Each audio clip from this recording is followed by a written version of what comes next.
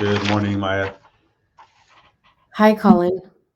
So three quick things actually. One, sorry, I thought you knew yesterday that you needed to go on to the other, so I apologize because you were the first person to come on to actually the session. So I knew your tech would work fine. I just wanted to make sure you were able to log in here. Good morning, Kevin. Good morning. Good morning. Good morning. I'm telling you, I've worn it maybe 4 times in my life. I don't pull off a bow tie like you do. Well, thank you, sir. I thought it would be appropriate given the subject matter and, the fact that I'm participating with such a prestigious organization as Culver City Chamber. Good morning, Ursula. How are you? Good morning. Can you hear me? Yes. Good morning. Thanks for having me. So one thing that I'll share with you all, because I don't know if I sent it before, there are, I guess, a few people. We'll get started here in a couple of minutes, but the mic, as you will, is hot. So this is no backstage. We're live for everybody, but we can officially get started in another minute or two. But just wanted to let you all know that in case you had any burning thoughts that you'd rather share offline. Kevin, I was bummed to miss the event yesterday. Normally would have been there, but there's been a lot of moving parts for this, and had something else as well yesterday. It was a really informative event. We got a lot of good perspectives, from industry experts, political strategists, California Republican Party, Orange County Democratic Party, and different views. It was eye-opening. It was entertaining. And I think you would have liked it. We missed you. It was the first one I've missed in a while. Yeah, well, you're like a fixture. We missed you, but trust me, I of all people understand how it is to have to prepare for a forum like this, and it being the day before. I don't know how anyone that could do that. So. I appreciate it. Well, let's get started. Good morning, everyone. Thank you for joining us. This session is Bridging the Digital Divide. If you were likely in the restaurant, retail, and tourism session earlier, or in the housing, jobs, and mobility, this topic still probably likely came up because you had businesses that may or may not have had a virtual offering or a relationship with customers that needed to shift during the pandemic. You had it definitely applied in housing. I've got an 8-year-old and a 2-year-old. I probably have heard you're on mute and zoomed out more times than I can think of. And yet the future of tomorrow is, a lot of it is rooted in how well we're able to bridge this digital divide. So, I mean, in one way, if you're looking at small silver linings from the pandemic, you can say that some of our inequities and shortcomings were spotlighted and put on blast, if you will. And so we've now collectively tried to address them. So I'm joined by some amazing individuals today to talk about bridging the digital divide. And before I do introduce them and let them introduce themselves more, Culver City is home to some of the most digitally connected individuals and businesses. However, COVID-19, as I mentioned, highlighted the challenges of technology infrastructure and access, with the need for more robust connectivity for businesses, residents, and visitors. How are the public and private sectors working to meet the challenge of the day? What are the opportunities ahead in connecting and creating a digitally connected community that serves to elevate Culver City's experience? And since we've talked, most of this is regional, I'll say Culver City and our closest suburbs. So maybe our small suburb of Los Angeles or some of the others. But with that, I'm going to go around the horn. I am joined by Ursula Moran, who is with AT&T. She is the external affairs for Greater Los Angeles region. So she's well aware of the challenges throughout the region. I'm also joined by Maja, Jeremic, who is the city manager for Culver City for Ting, one of our newer businesses in the city, and you are likely to have seen them connecting homes and businesses. You may have even seen their free shuttle that they've had to help with some of the mobility, which is pretty awesome. And then Kevin Harbour, who is the president of BizFed Institute. He and I go back probably close to a decade now. I'm not quite sure.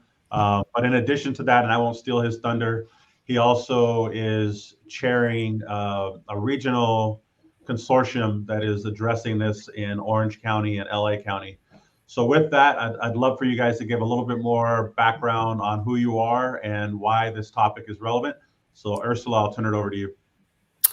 Thanks, Colin. To my fellow panelists, good morning.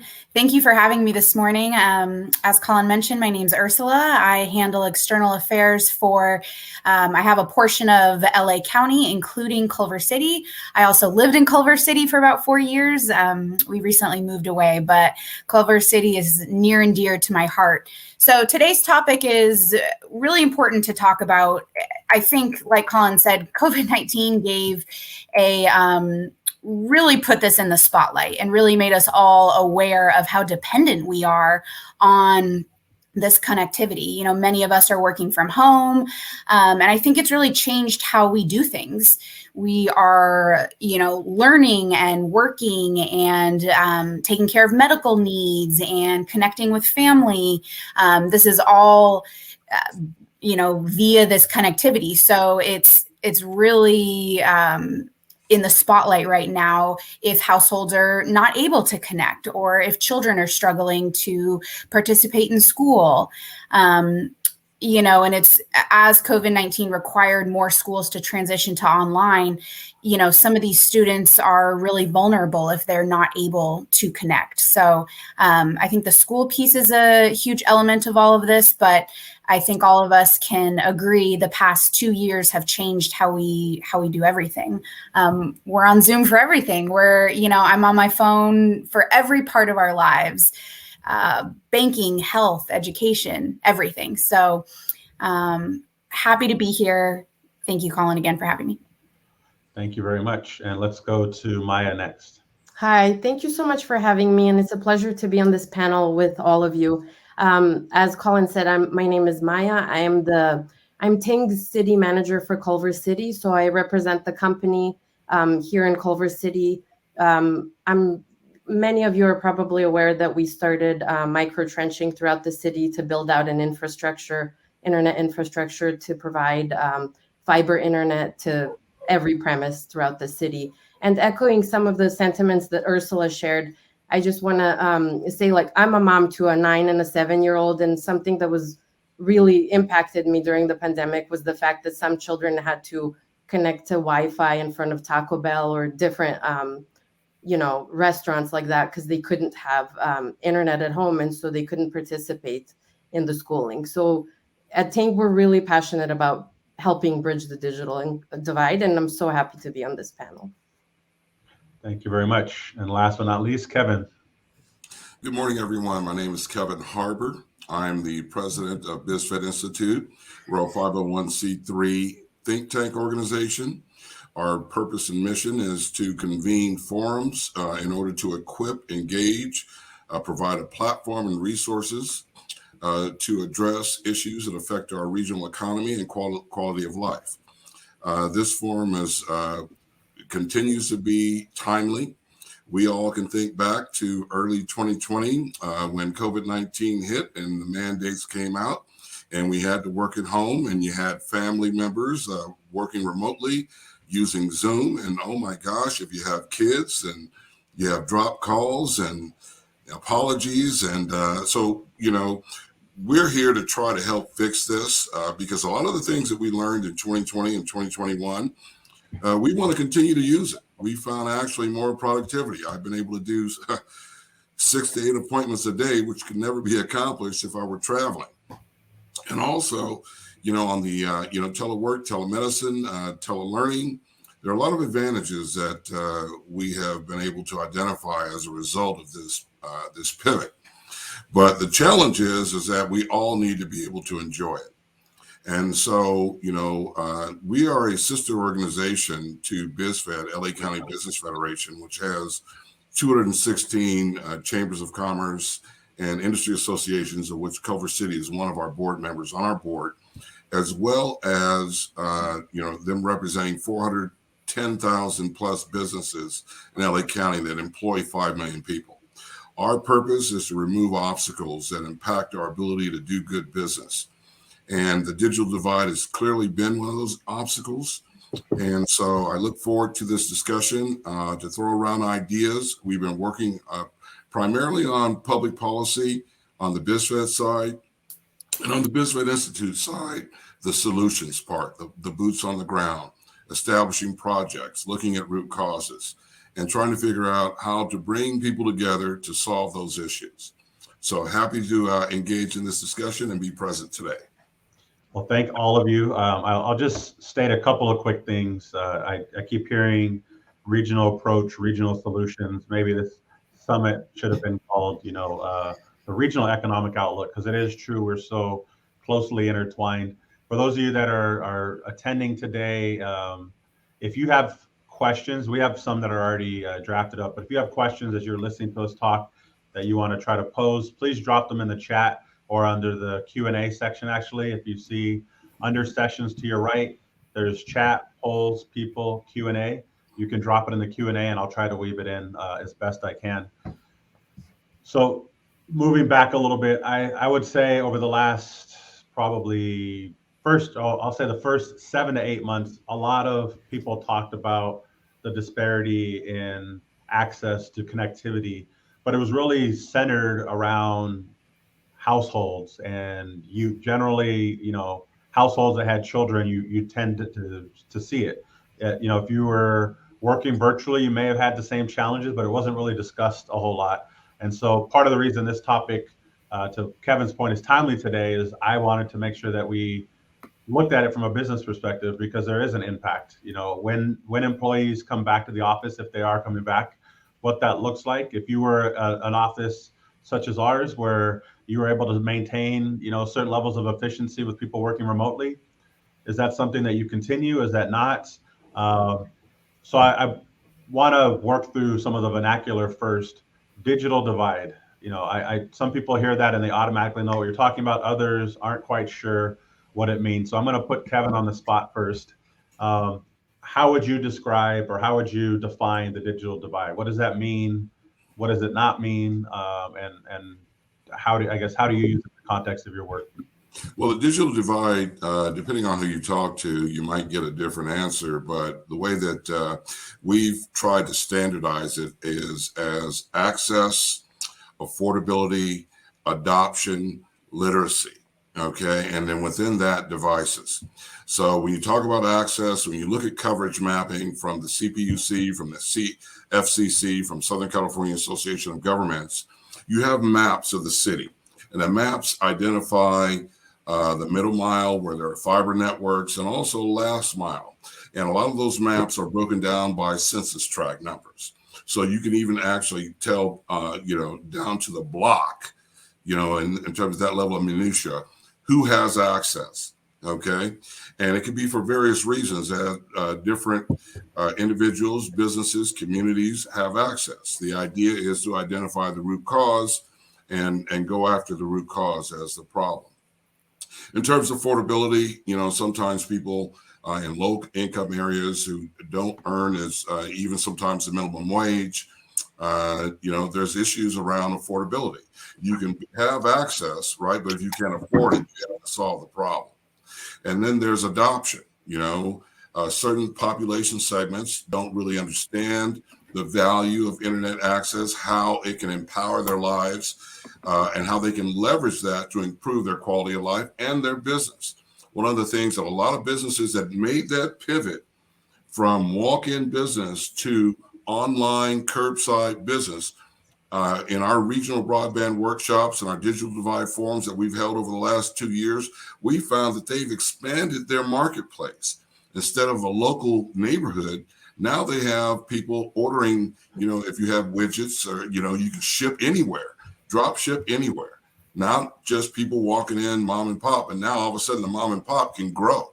We had businesses that actually earned more money in 2020 than they ever had. And they were, ecstatic and also happy. And then, when it comes to literacy, just learning about it, right? Learning about how to use a computer, having the device, that's also an issue, right? having a device for access, and then learning how to manipulate it and leverage it to maximize its value and use. So that's how I would capture it. And if I missed anything else, I'm sure Maja and Ursula will fill in the gaps. That was a pretty robust answer. So I don't know if I'll go to Ursula next. If there's something to add to that, or if you see it differently from your perspective and from the work that you do. So Kevin actually took a lot of the words right out of my mouth. He hit on the big ones: the affordability, the literacy, access, et cetera. One thing I also just want to add, I had an additional thought after Colin's initial intro is I think we also have to think about the digital divide in terms of we have to think outside of the box in terms of connectivity. So previously it was, do I have a fast internet connection at home? Sitting in my chair like we all are and doing what I need to do at home. Nowadays, at least AT&T is seeing people do things a lot differently. Maja made me think of it. We're seeing, say, West LA College, for example, we're seeing a lot of the students, they're doing their homework on their iPad. They're maybe out and about walking around campus. Everything has an app nowadays, right? So they're doing different things on apps. Maybe they're on a smartphone, maybe they're on an iPad. It's not anymore that people are rooted to their chair at home and that's where they need connectivity. I'd say that's still the majority, that people are, working from home, doing school from home. But I think we have to think more broadly that it's not just, is there fiber in the ground to give me fast internet at home? It's also, do I have good, wireless connectivity? Can I do stuff on my iPad, my cell phone? Because really, especially kids, especially, college students, but really everyone is out and about and doing what they need to do while they're out and about. So, yes, it's, do I have access to fiber, but it's also AT&T feels that's why we're investing so much in improving our wireless connectivity, and that's why we're working with cities to streamline permitting, because I want to be able to stream Netflix, if I'm out and about, or even more importantly, stream something for my son's school. Again, so I just wanted to expand our understanding of, what really is connectivity. So back to really quickly defining the digital divide. Again, Kevin hit on all the big ones. It's important to talk about the adoption piece, though, the adoption and also the literacy, because there is access. But I think we have a problem of getting the word out so people know about discount internet service, and then also making sure people are familiar with it. And so it's not intimidating. We have AT&T has some different statistics that, 73% of low income residents said they were unaware of discount internet service. So that's a huge number. So I'd say the adoption and the literacy and even just understanding that it exists is a huge piece of it, because we know there are programs, all of the major internet providers, AT&T included, do have discount internet offerings. But still the numbers are huge that people are still not aware of them. So that's it for me for now, but thank you. Oh, thank you. You added a lot of context to that. Maja, anything else to add or maybe deviate from what we've heard so far? Yeah, so difficult to add because the answers were so comprehensive. But one thing that I would just like to stress on is it's an infrastructure issue, it's an accessibility issue, but it's also accessibility in terms of having the financial resources to have up-to-date technology that's going to support the speeds that you need in order to perform well. So it's having access to the cell phones, the routers, the latest laptops. You could live in an area or be somewhere where fiber or Wi-Fi or whatever you're using is amazing, but if you don't have the tools to participate, you're still at a disadvantage. It's a great point. So I'm going to go a little bit out of order here, so you guys can yell at me later, but what you guys all mentioned kind of has brought up a recurring theme. I'm going to dive into the education piece potentially, where do you think the role is for cities? So, I mean, obviously we're talking about Culver City here, but in some of your other municipalities, whether it's Los Angeles or throughout the region, Kevin, what's the role for a city to play in bridging the digital divide? Because obviously each of, for Ursula and Maja, you guys are providing some of the solutions in terms of physical infrastructure. But for Kevin and I that do a lot of the convening and work with cities and have some of this public-private partnership, what's the role that the three of you think cities should be playing in this? And I'll start with Kevin since I mentioned him, and then we'll go Maja and Ursula.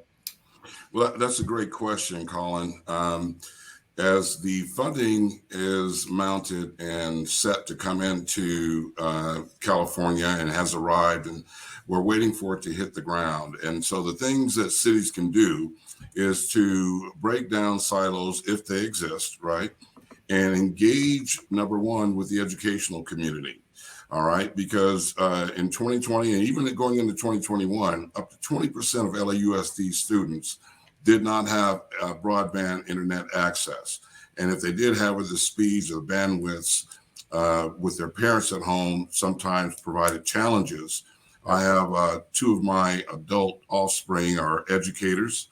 And, the comedy that they talk about with trying to do remote teaching has been a challenge. But now they're back in the classroom.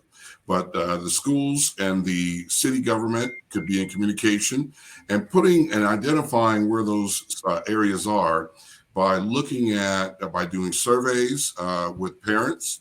And then you can possibly find clusters where you can begin to see geographically if there are telling spots where you're having problems.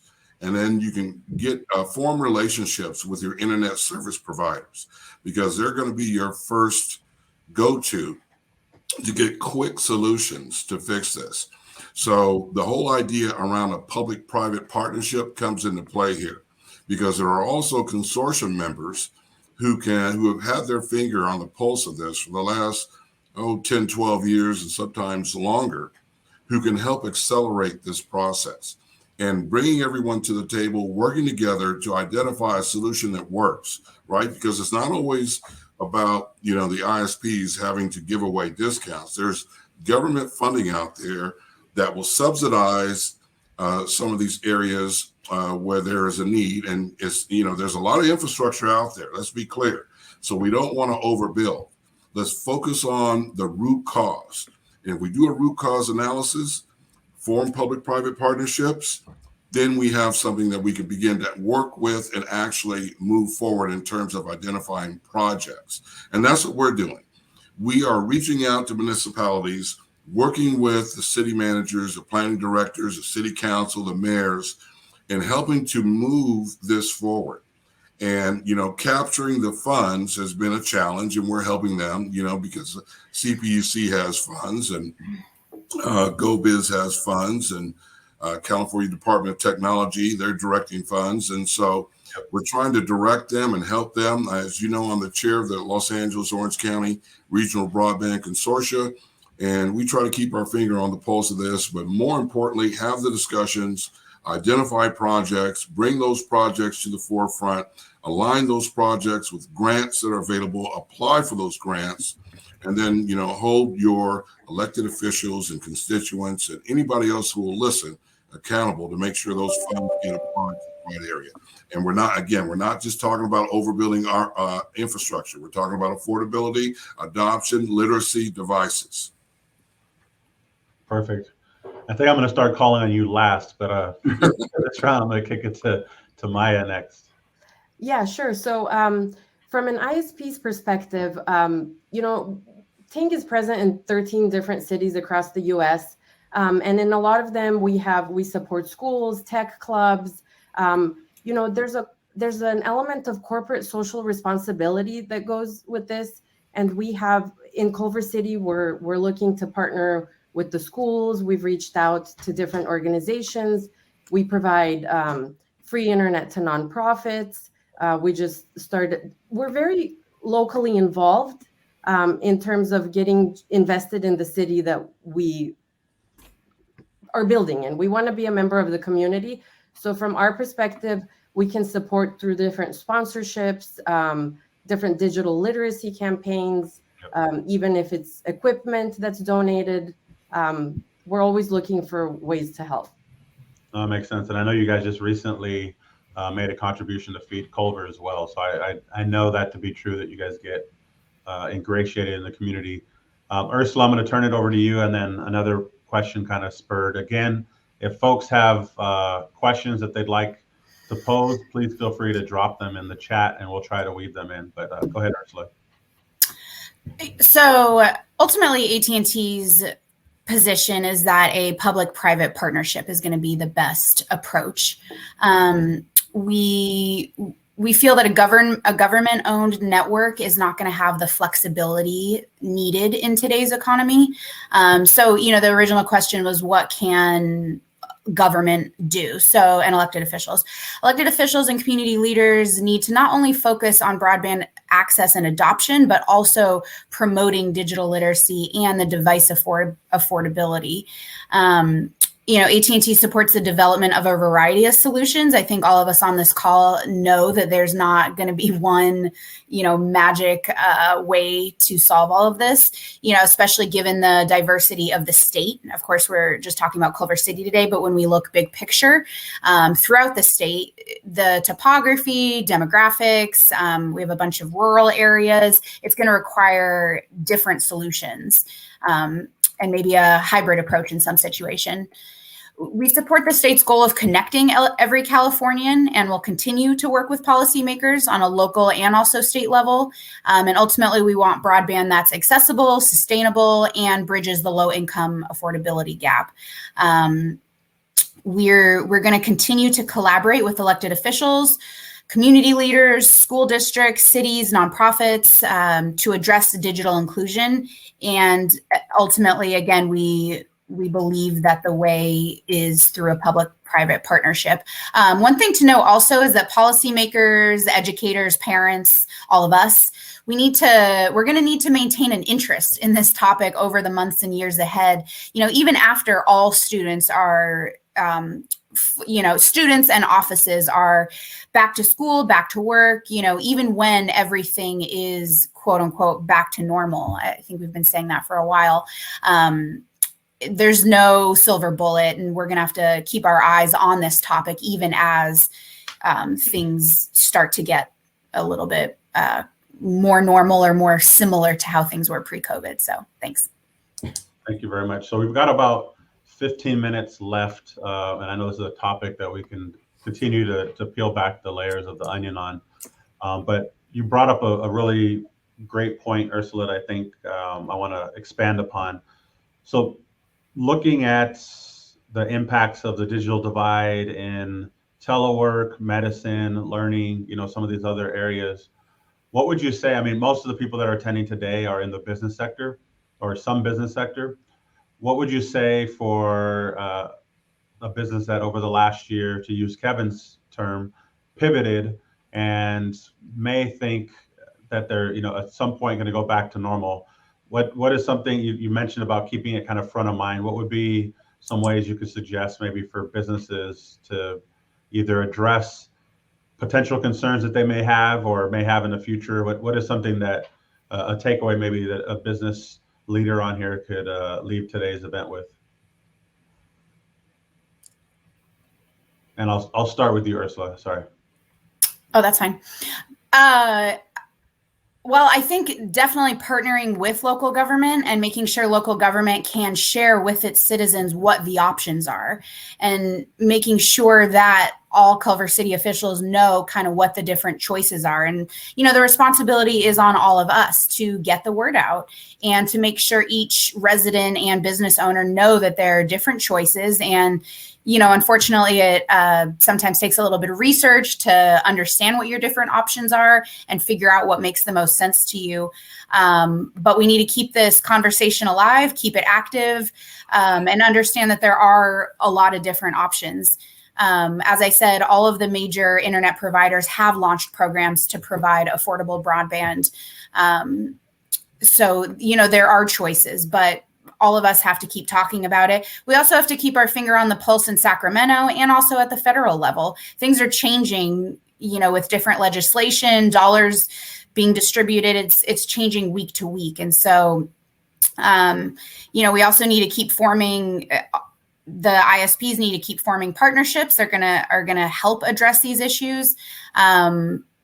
Again, I think the collaboration between private entities and government agencies are really the main area that we want to focus on. Sounds good. All right, Maja, I'll go to you this time.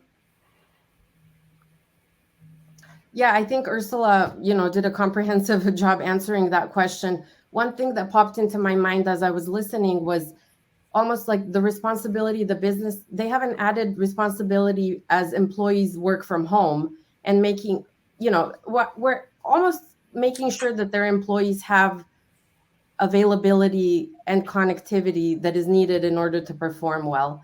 But I echo everything that Ursula said, just ISPs working together, public-private partnerships. We've seen different models in our experience at Ting across the nation, just continuing to work together and ISPs stepping up. Before I go to Kevin, go ahead, Ursula. Oh, I just something popped in my head just on the digital literacy topic. One thing that AT&T is doing, which is it's pretty cool. Coming up in the next few months, we're launching 3, we call them connected learning centers here in Los Angeles. One is pretty close to Culver City. It's not directly in Culver City, but it's off Slauson, maybe about 10 minutes away. So at the Connected Learning Center, we're going to have different digital literacy workshops. And so people can come in, with their phones, their iPads, et cetera, and learn how to use them. And, it's going to be Internet 101, like how to copy and paste, how to look something up online. It's going to be really simple stuff all the way to more complex. So these 3 centers we're really excited about, and we hope, of course, 3 centers is not enough, but we hope that this is a good start in the direction of making it less intimidating.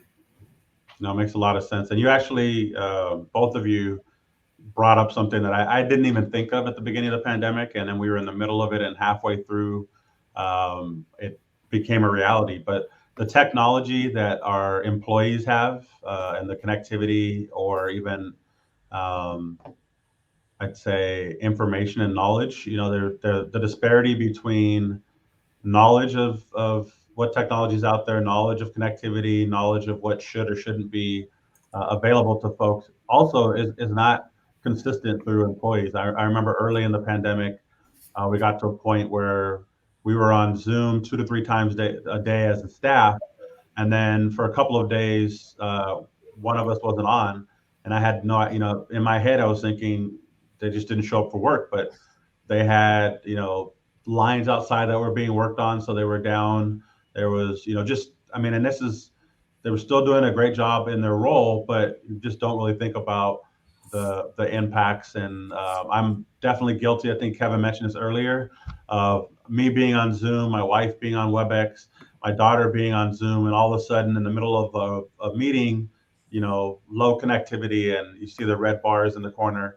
So I do think moving forward, that's something that businesses should be cognizant of.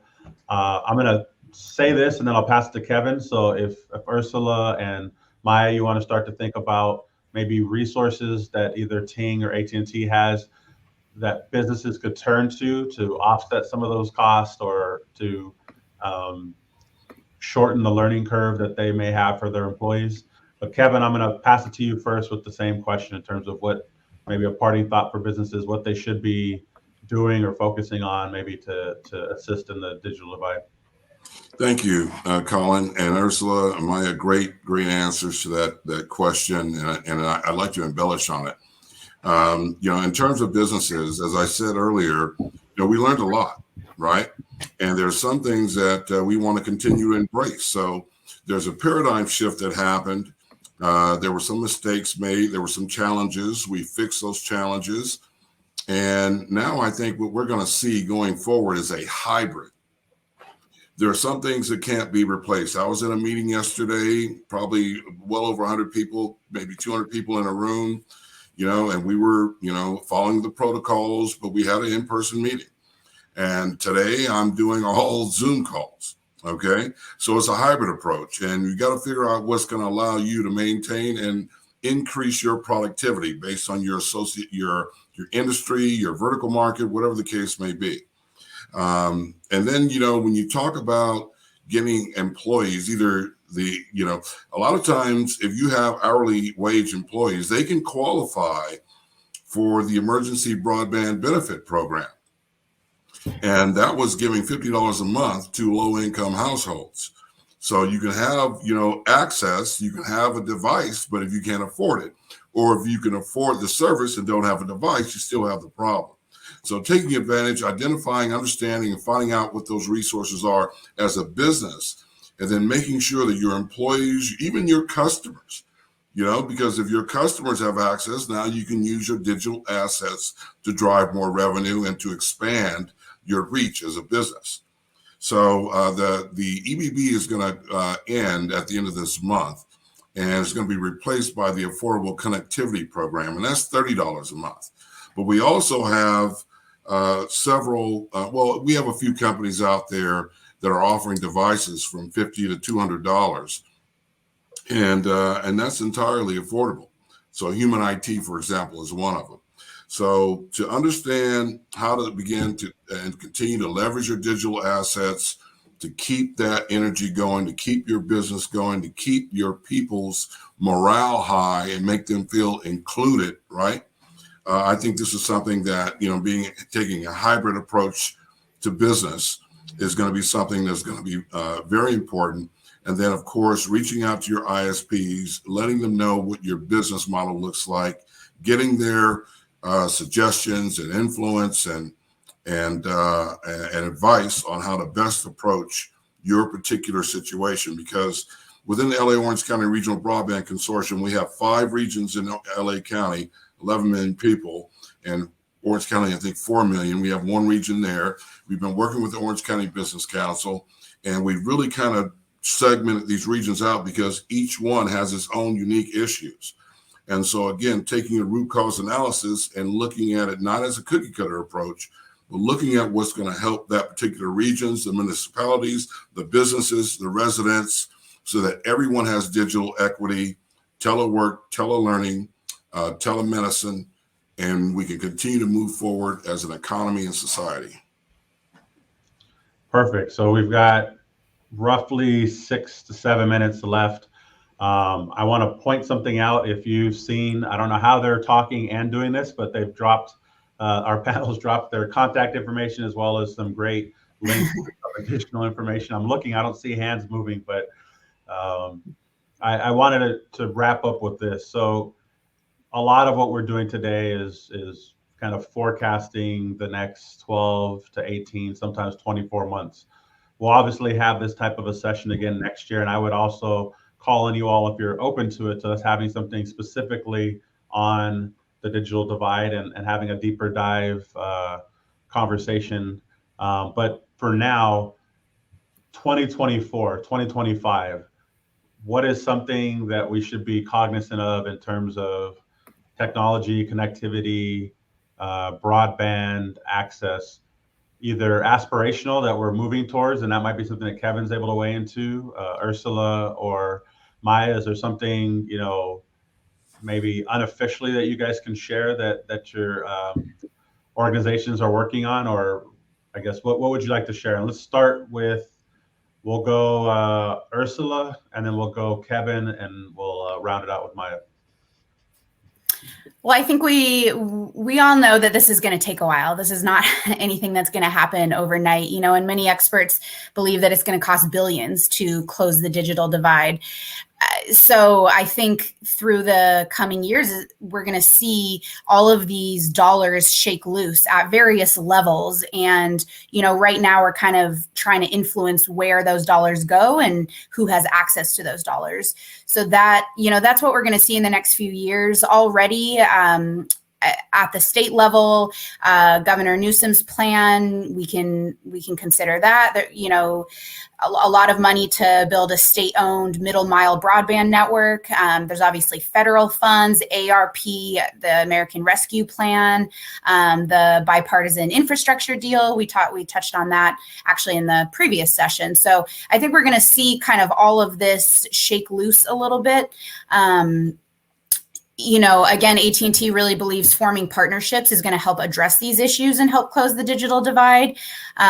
What we're doing here at a local level is we're part of all major business advocacy groups. I think there's strength in numbers. Kevin's touched on that quite a bit. You know, we all have common objectives. And so AT&T's part of, you know, we're connected with strategic committees. So County of LA, City of LA, lots of different cities within LA County. We work with different community and civic organizations. I think that's all we can do moving forward is make sure that we are aligning ourselves with different groups, because I think we all really have the same goal. Maybe we all on this call view it slightly differently how to get to that end goal, but I'd say we probably all have similar objectives and what we want to see happen in the coming years. So thank you. So great comments, Ursula. And again, I want to also put emphasis on the public-private partnerships. There is strength in numbers. There is strength in having a cohesive strategy. There is strength in getting your electeds, your ISPs, your community-based, your technology-based organizations, academia. The idea is this, and I'm going to speak from my background, 11 years at HP, 7 years at Verizon.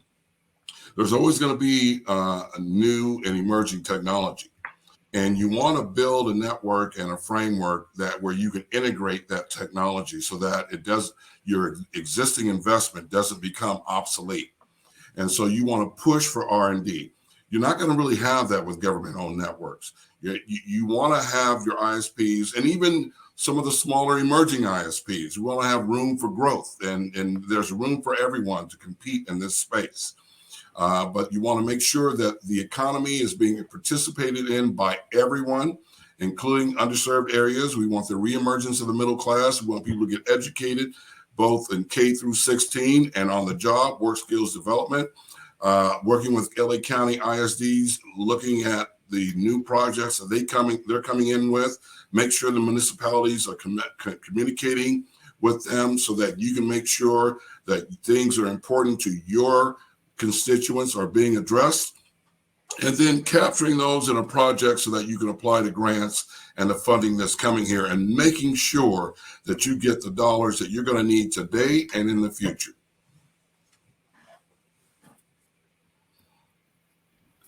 Thank you. I thought I had unmuted myself. All right, Maja, bring us home. Yeah, I see that we're past time and all the answers have been wonderful. And I just want to touch upon something that Kevin said, which is the importance with the advances in technology, the importance of not leaving anyone behind, and making sure that gap doesn't widen. So that's all I'm going to say to close. And just my email is in the chat, and I welcome anyone to contact me for any opportunities to work together, to help, to support. Thank you. And just so you know, I was speaking ahead because I like to end on time. We have until 11:05, so you have a couple of minutes if I don't want to necessarily rush or cut your comments off. Oh, that's okay. I just don't want to be repetitive. I feel that Kevin and Ursula have,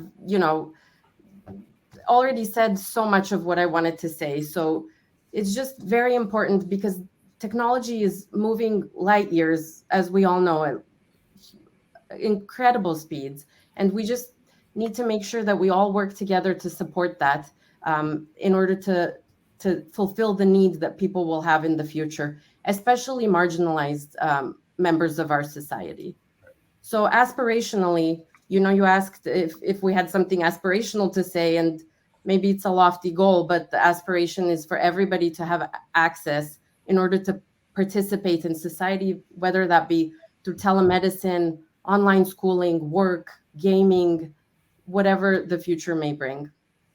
Perfect. I think that's a great way to wrap up. Everything you just mentioned, other than gaming, I don't have anything against gaming. It's just not my cup of tea. But I will tell you, the online, I've done kind of the telehealth. I don't know where that's been all my life. I've sat at this very desk, not being able to peel away to go to the doctor, but be able to flip on, Zoom or a phone call and have that. We're doing part of it now. I want to thank all of you for joining me today. I hope that the audience was able to glean some insight. This is definitely not something that's going to, end today or tomorrow. One thing that we talked about in our last session that I do want to mention that I'm rather excited about, and because of folks like you two, and especially with the work that Kevin's doing with the consortium, is that there is a lot of eyeballs, effort, and money flowing around these Olympics. And Yes. that amount of capital applied in the right way can do amazing things for our communities. And I have heard conversations, and I know for a fact with Kevin that that's part of the push. You can people. I mean, if you think re-elections or elections get things done, when you're coming up to an election, you tend to see elected officials, move the needle on some things. Olympics tend to do that on an exponential level. So I want to thank you all again. We've got about 1 minute as we close. Just letting everybody know you've got 5 minutes to the next session, and your choice is going to be health, wellness, and the future, or resiliency in the face of energy. That'll run from 11:10 to 11:55, at which point we'll conclude the event today with our closing remarks and introduction of our keynote speaker, who is Kevin Clouden with the Milken Institute for Regional Economics. So again, thank you for being a part of today's event. Hopefully you're able to jump into the other sessions. Final thing I'll say, if you did not get to catch a session, this one was the only one running at this time, but if you were split between a couple others earlier within the next week, probably in the next couple of days, we'll send you an email that has links to the replay of all of these. So again, thank you. Hopefully you guys have a good rest of your day, and we'll see the rest of you all in the next session. Thanks, everyone. Thank you, Colin. Thanks, Maya. Thanks, Kevin. Thank you, guys. Thank you.